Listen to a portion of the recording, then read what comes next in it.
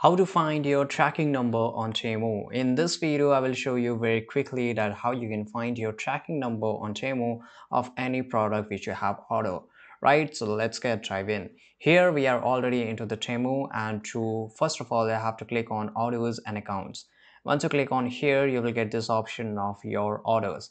So click on it. Once you click on it, it will show you all the orders. So the orders which you have placed currently, and here this is a processing, ship, deliver, right? So this is a section. For example, the first product which you have ordered, it will get then go to the processing, then they will ship, and then they will deliver. So in this way you can just find that where your product is currently at what stage.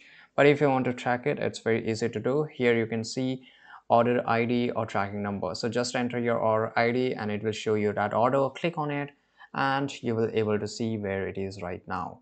So this is the only way where you can just find or track your orders over Temu. I hope you found this video very useful.